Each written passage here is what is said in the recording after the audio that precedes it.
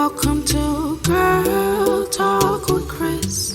Yo, welcome back to another episode of Girl Talk with Chris. I am your host, Crystal Yvonne, singer, songwriter, rapper from Atlanta, Georgia. What's up? If you want to know more about me, please feel free to visit my website, www.girltalkwithchris.com. We are also on YouTube, you guys. That's youtube.com/@girltalkwithchris. So without further ado, I'm going to go ahead and hop on into today's subject, which is titled, How to Survive the Holidays While Waiting to Become a Mom. So if you haven't already, go ahead and pull up with your popcorn. Pull up with your outfit. Whatever you need to do to get you through the next 20 to 30 minutes, because this is near and dear to my heart and I'm ready to dive in. Let's go. Welcome back, you guys. So as you heard from the intro, I'm going to be talking about how to survive the holidays while waiting to become a mom. So if you haven't followed my podcast for a while, you have heard my journey through infertility, kind of trickled in some episodes. But for those that are just tuning in for the first time, I'm going to save you the whole spiel and give you the abbreviated version. So boom, me and my husband have been trying to have kids since we were about 25. We've been married since I was 20, he was 21. So this is like 5 years into our marriage, right? We started trying to have kids, and now I'm 36 and I just had my first child, my son, my love, my blessing, at April the 10th, 2022. So let me share with some of the stuff in between. So I didn't know why we couldn't get pregnant. At 25, we were trying life was just life, and we were traveling, we were in college. You know, I wasn't really like, you know, in that space. Like if it happens, it happens. If it doesn't, you know, we were kind of like in that space, right? And then so we turned 30, life slowed down, we were kind of, you know, more financially stable. And so we tried to figure out what's going on, like, you know, where are our babies? Where are the little Jacksons at? So we scheduled an appointment with a specialist, and we went to the first specialist, and then we went to another specialist, which was a fertility specialist. The first one was an IVF specialist. We didn't know the difference at the time, and so when we went to a fertility specialist after getting the diagnosis from the IVF specialist, we were like, we're gonna get a second opinion. So we went to the fertility specialist. They performed a laparoscopy, went in there, seeing what was all going on, and it was discovered that I had endometriosis and other stuff, and they removed my left tube. And after healing from that procedure, we went into medicated cycles. For those that have no idea what I'm talking about, medicated cycles are like being on Clomid, where they help produce you know, quality follicles, more follicles to ovulate. And we did 3 cycles of medicated cycles and an IUI. I'm not going to go into detail too much about what that's about, but for those that know, you know. For those that know, you know. So we went to an IUI, and after everything failed, it was very emotional for us. We were in another state. We was in Ohio at the time. We're not originally from Ohio. COVID had just hit. We were trying to figure that whole space out, what the job was looking like, and so it just became too much, y'all. And so we packed up everything in Ohio. It was like it either now or never, because we were working but not working. We were trying to figure that space out. And so since the workload wasn't as high, and we were kind of like, are we even going to continue to have a job? That's how serious it was, right? And so we was like either now or never to leave Ohio. Sold our home in Ohio, used the funding to move back to Atlanta, where we're originally from, and to jumpstart our journey with IVF. In December of 2020, we started the first part of IVF, and then we had our first transfer February 2021. That first transfer was a fail. It was very emotional. It was very just a lot. It was too much for me. I really just had to get myself together for a couple of months. I think it was so hard because I just had this sure thing that IVF was a sure thing. It was all new to me. This journey is all new to me. It's just, you know, reconciling why me. You know what I'm saying? So going through that whole trip, and then June and July, I had two procedures done to prepare me for another transfer. And those that know what I'm talking about, you know, the transferring the embryos. We only had 2 embryos from our IVF cycle. I did go through mini stemilization. So mini stem is different than traditional IVF, and so the mini stem, we had 8 that were retrieved, 4 that fertilized, and then 2 that made it to 5-day blastocysts. And so in July 22nd. I feel like I should like remember that off the rip. But anyway, July 22nd, 2021, we transferred our second embryo, which is my son. He is here, and I'm gonna tell you guys. So that's pretty much the journey. We actually are going to start again pretty soon because your girl is 36, about to be 37 next year, and I want more kids. Like, if it was up to me, I have a house full of kids. I have 10 kids. I love being pregnant. I love having just the whole thing. It just feel like it's like a once in eternity situation, because if you really think about it, we're not going to be having children in heaven. Like, it just feels like this is the moment. Like, when you think about it like that, it's just such a wonderful gift. I love carrying my son and seeing him grow through different stages. But besides all of that, you know, while we were waiting to become parents, the hardest part of it all was the holidays. Oh my gosh, when I tell you, towards the end, I was like, you know what, I'm just gonna chill at the house.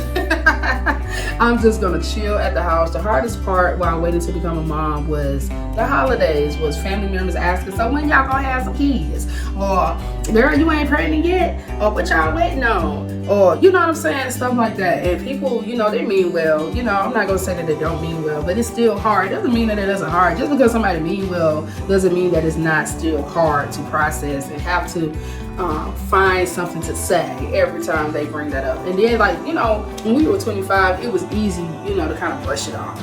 Oh, you know, we're in college, you know, the habits that, you know, it's easy to brush it off. But as I started hitting up 29, 30, oh, sis, it was really hard, because it's like you can't hide behind nothing. At that point, it's like, what y'all really waiting on? Like, for real, like, family really got, you know, really much harder on it. And then people would say stuff like, you don't want to look like a grandma picking up your child from school and whatever. It was a lot, man. I just started avoiding family really around 29, 30. I know they, you know, with, like, you know, why Kristen don't come around and stuff like that, but I just couldn't handle it. You know, it was just so hard. So I just want to give you guys some toolbox things, you know, for those that may question why certain family members don't have children yet, and those that, you know, are in the waiting phase to become a mom. I just want to encourage you, and also give some words of wisdom to those that may be doing life with people that are waiting to become parents.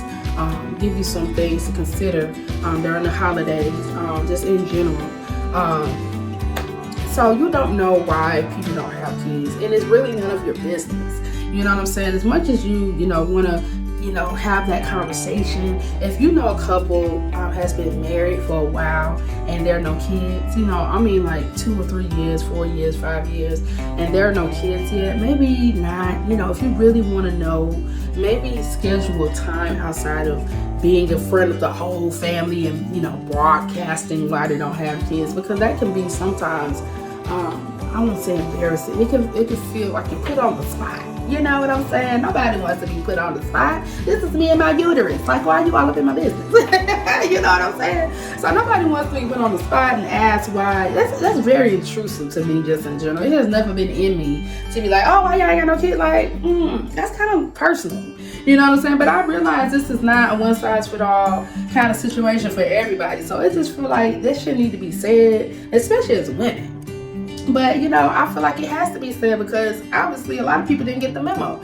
Like, you know what I'm saying? You all up in somebody's business. But anyway, if you know a couple that has been married for a while and you don't see no kids, and if you really genuinely want to know why, maybe pull them to the side. Maybe say, hey, I want to, you know, do lunch with you one day. I just want to catch up with you.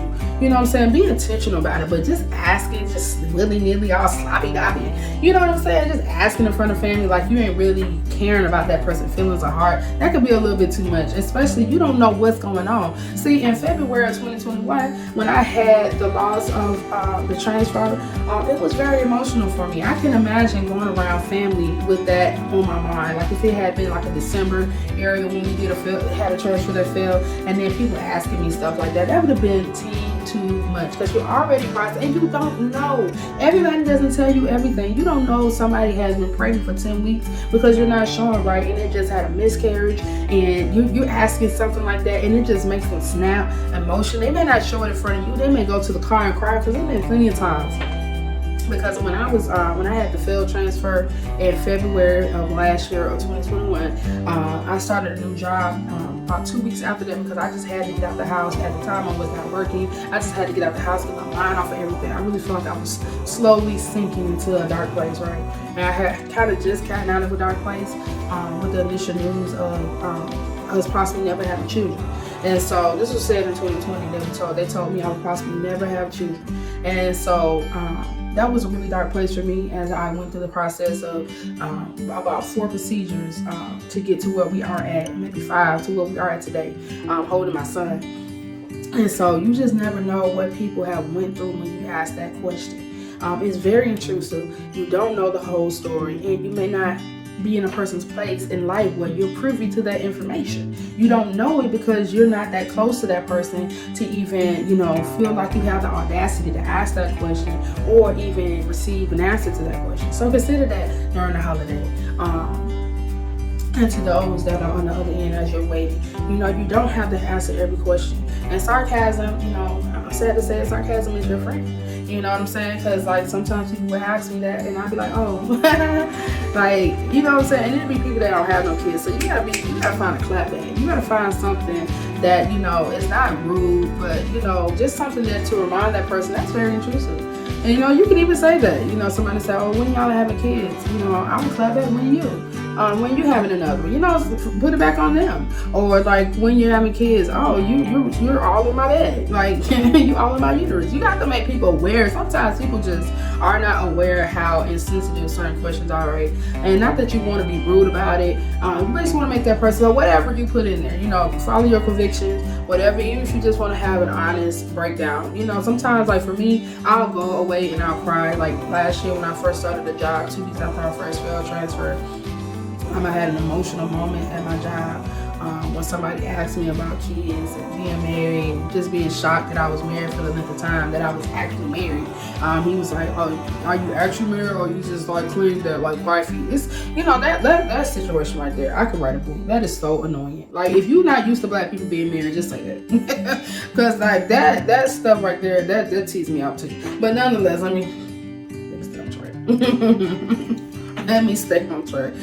The fact that he was asking all these questions, it really teed me off. And so I had to go in the bathroom, I had to cry to get myself together, and I came back and I was still at my desk crying a little bit. I just learned to stop hiding it. You know what I'm saying? Because I am human. I feel things, and sometimes people don't think you feel things. They think they could just say anything to you, and it just, you're not supposed to react with any type of emotion.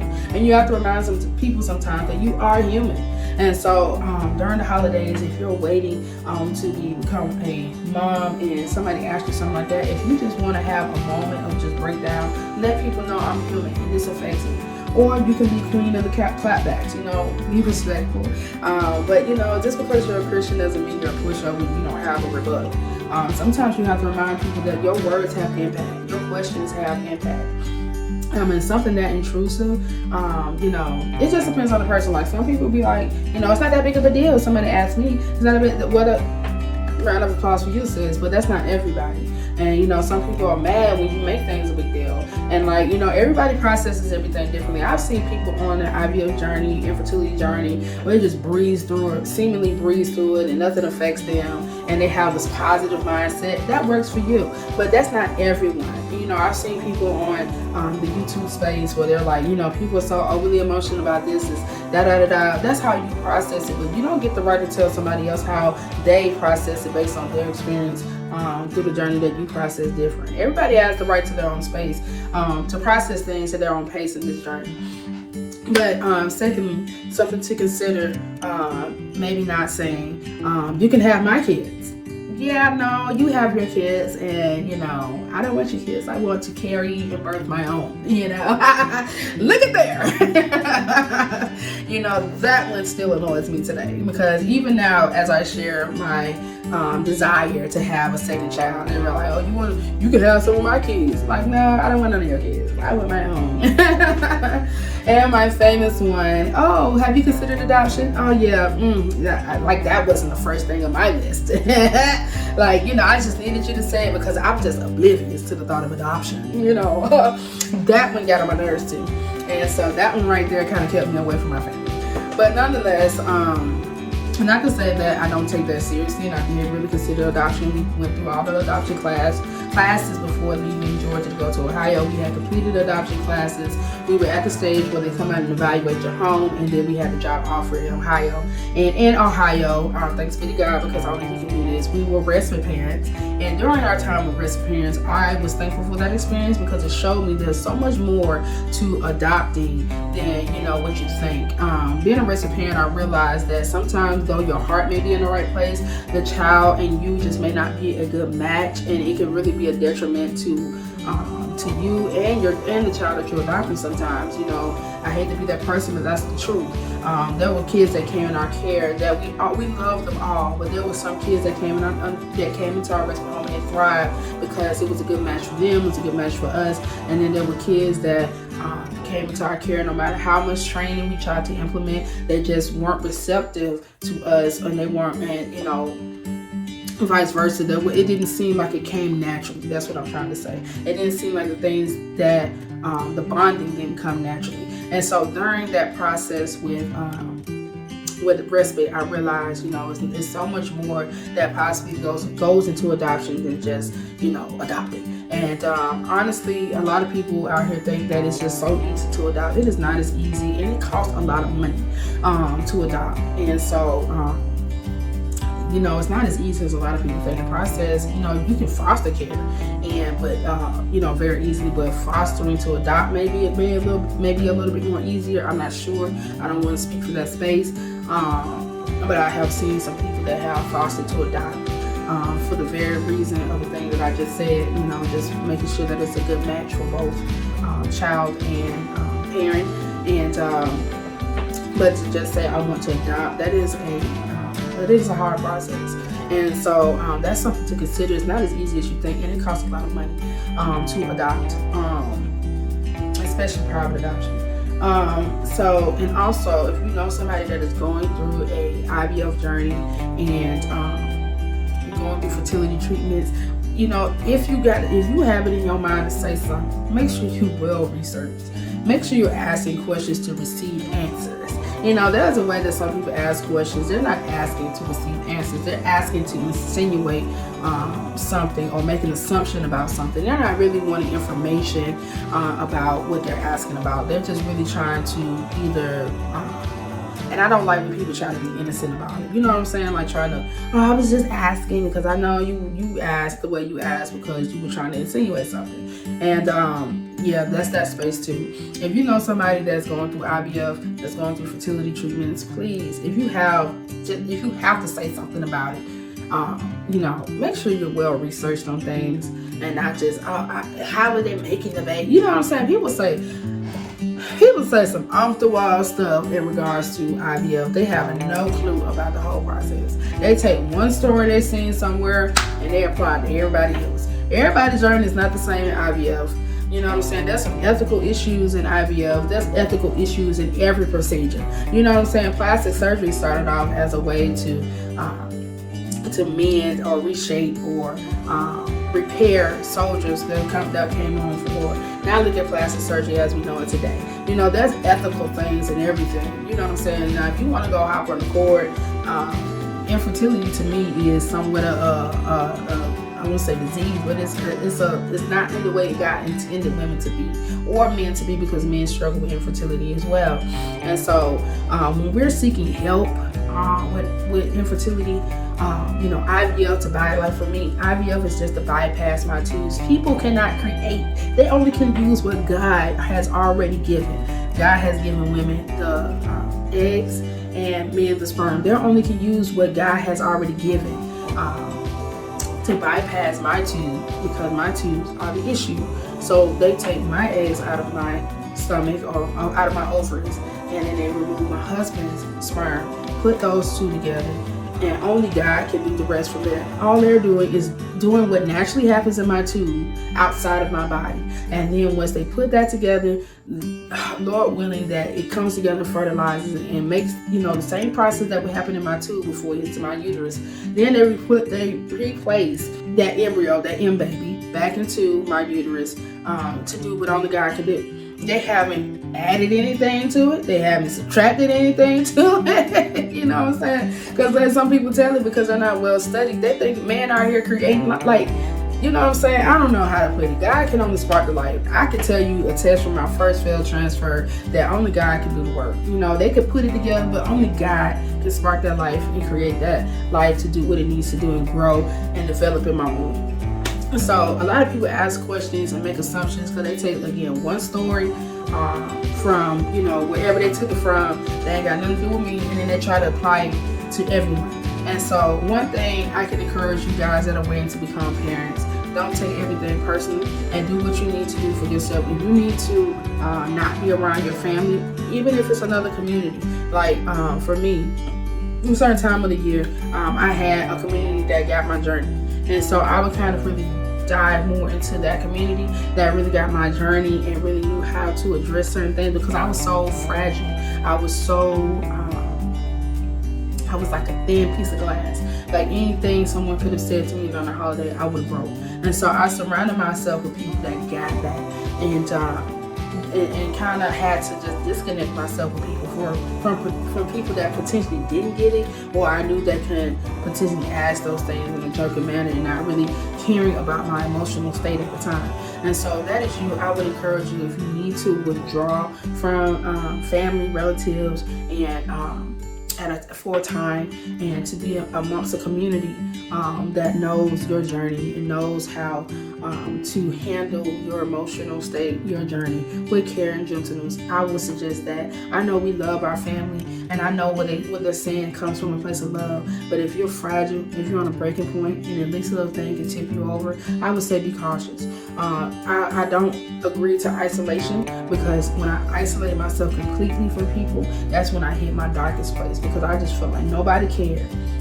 Nobody loved me, and people didn't know how to care, know how to love me. So I had to open up and share my journey with certain people, just to realize, people are out here praying for us. People really do care. And I realized how many more people actually struggle with the same thing I was struggling with. Even as I opened up to my family, I learned about some other family members that aren't able or weren't able to have kids, and other things that my family may struggle with. So even as I opened up, sometimes you feel like when you're going through IVF and infertility, all these different things, you feel like you're the one and only, and it's not true. There's other people, myself, and other people out here that have been through the journey and know the high and lows. And sometimes, isolating yourself can keep you from the very community that you need to help walk you through this. And I know it's hard to trust people. Depends on how you take this journey. Like I said, some people take this journey and they're just striding and have positive mindsets, and they're ready to answer any questions. But that's not the same for everybody. And so if you're the type of person that really struggles with opening up about it, maybe start with one person. And, even if it's not a family member or a dear friend, because people do care. It really feels like in the initial stages, nobody cares. Nobody can say anything or do anything about it. It really feels like you're angry at yourself, angry at the world. At least it did for me. I can't speak for anyone else, but if you, can relate, I would just say be gentle with yourself. Advocate for your boundaries, advocate for yourself during the holidays, and says if you need to be queen of the clapbacks, I ain't mad at you, because I had to be queen of the clapbacks, man, because people would say stuff to you and be very intrusive to you, and they don't realize that they're being that intrusive, or they'll say very insensitive stuff, like people are having all these kids anyway. So I have heard it all. Like, I hate to say that, people have said stuff like that to me. People have actually said, people out here having all these kids anyway. So, one less, I have actually heard that from the mouth of somebody. And that's sad.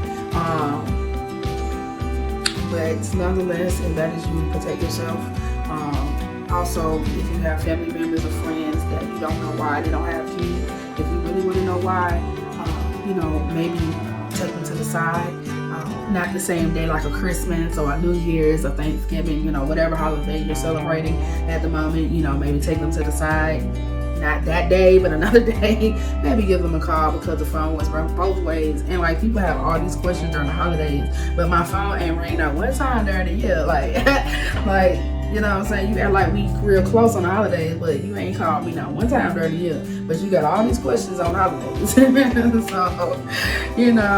that is you, protect your boundaries, protect your space, protect your spouse, husbands, protect your spouse, wives, protect your husbands, advocate for one another. Also be in tune with one another. If stuff gets too heavy, or you see your spouse being stuck in a question like that, come over there and, and cover them and say, are you ready to leave? You know, give that option to, like, we don't have to stay here. Because sometimes we get around our family, or, you know, your husband get around his family, and you're like, you know, he looks at his family differently than you may. And, you know, husbands know that this your family, this your people. And how your wife received their questions is not the way that you see it and you hear it, and vice versa. Wives, that's your family. And the question that your husband received, even though you know what your auntie and them mean by their questions, he don't know that.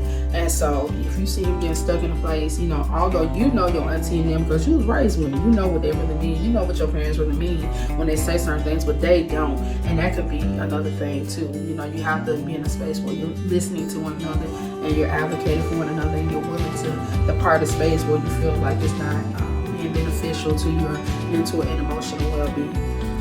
So that is all I have for you guys. You have my love, you have my prayers. I know how hard sometimes the holidays can be while you're waiting to become a mom. You're seeing all your siblings or cousins and whatnot, you know, pregnant and having children, as you are processing possibly a loss, processing a failed transfer, processing just the whole journey, man. It is so hard. Even I still get emotional around the holidays. I want another child. I know what this looks like for us moving forward. We actually are going to start IVF again in 2023, January 2023.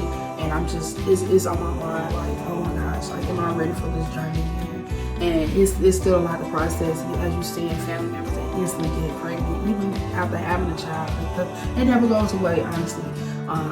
You know, I know a lot of people in this space say, oh, at least you have a child. But still, you know, I understand what that means because I've been there on that side too. Again, I've been struggling with infertility for 10 years. So I understand. Like, I would look at people's journey like, at least you have my child. I've heard that notion out there, and I get it. But I can say now on the other end, it does not get easier when you and your friend or whoever was carrying a child around the same time, and now they're pregnant again after the 6-week wait, and you're like, oh my gosh, why didn't that happen to me?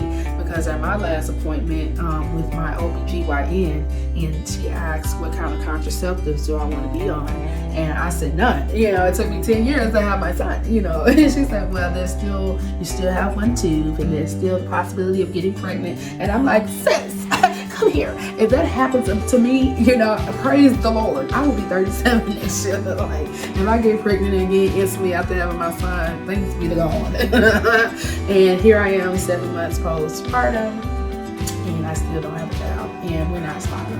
And so, you know what I mean? It you know, stuff like that, people say is very insensitive. They don't really feel like they have to, they want to give out the information, you know what I'm saying? They're not thinking about your unique journey or the possibilities of you having to go through IVF again. They're just thinking about the pocket.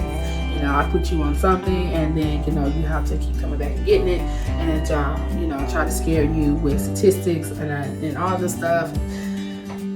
You know, to each their own. I'm not trying to tell you how to walk through your life. If that's what you want to do, then that's you.